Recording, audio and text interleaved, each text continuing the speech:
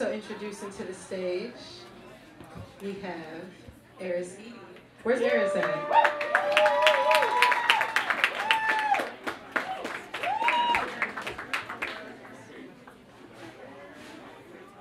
Hey y'all, how's it going? Great. I am nervous. I just feel so rusty right now with poetry. The poem I'm gonna read is, I'm only gonna do one, and it is a difficult poem for me to read, but I believe that my art is also my healing, and so I am inviting you all to help me heal. All right. All right? Go ahead. There's 1,000 ways to begin this story. I walk by strangers and think, can they see I'm a victim? Can they see that part of my joy died in a Domino's pizza? I was out walking, fresh off the high of attending the European Poetry Slam Championship. I took advantage of a crisp December night. It felt like the Lower East Side, but calmer and cleaner. I felt 20-something again. Less than 12 hours left in a foreign land, I almost forgot that I was black and woman. The most visible form of invisibility, I was hungry, craving something close to Captain Tony's and a Calypso peach lemonade. I stroll into an American space, something similar to my home, something quick. I stand in line, I wait. I feel a pizza box ram into my chest. It doesn't budge. I am perplexed. I see eyes that color me confused. I don't move. He is white and short, wearing blue jeans and a black coat. He grabs my forearm hard. Don't you touch me. The only 4 words I can utter before feeling fist to face. I don't know how I ended up on the ground, face tender. It took 33 years for a man to punch me, to devalue my place in line. I simply wanted a slice, a bevy of carbs to wind me down to sleep. Now my body is pounding and shaking and hot and cold, and tears roll down my face as I FaceTime my husband, telling him his worst nightmare had been realized. His wife, far from arm's reach, had been violated, and he could not keep me. He stood in Cleveland, unable to coddle my frail shell. Before this moment, I thought the worst part of my trip was rescuing 2 items in blackface. I cried in an antique store after seeing a box of infant t-shirts labeled Petite Negro, priced at 70 euros, the logo a black baby being bitten by dogs. And at my interest, the sales clerk brings me a nutcracker in the shape of a bald black woman, shaped similar to me, body clad with a skirt that barely covered her backside. He yanked her legs open to show where the nuts would fit, and I wept for her.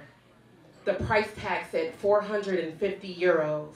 She was literally made of ebony and ivory, and I could not leave her there, or those babies. I had the capacity to bring them home, to love them.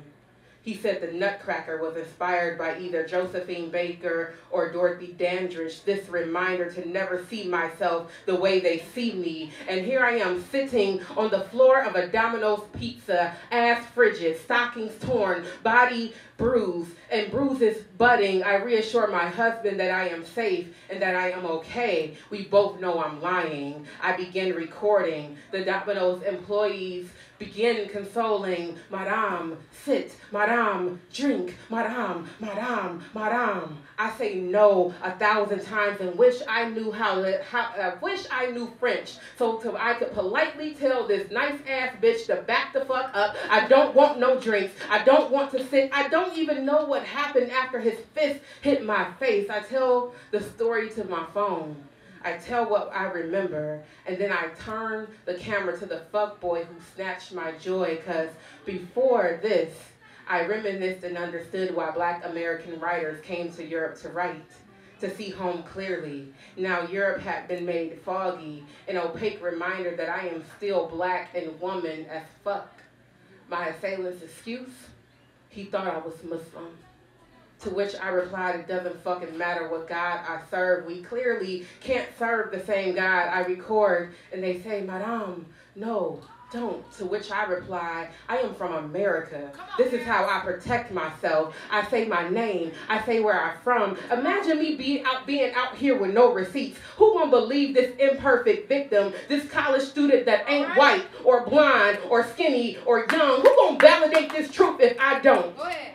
I asked my perpetrator, what kind of man would put his hands on a woman, and he proudly pointed to himself. He yells, the shortest Tower of Babel that I've ever seen. I speak in simple English. I say, you are nothing. You are dirt. You are less than dirt. You are shit. He yells, you African. You African.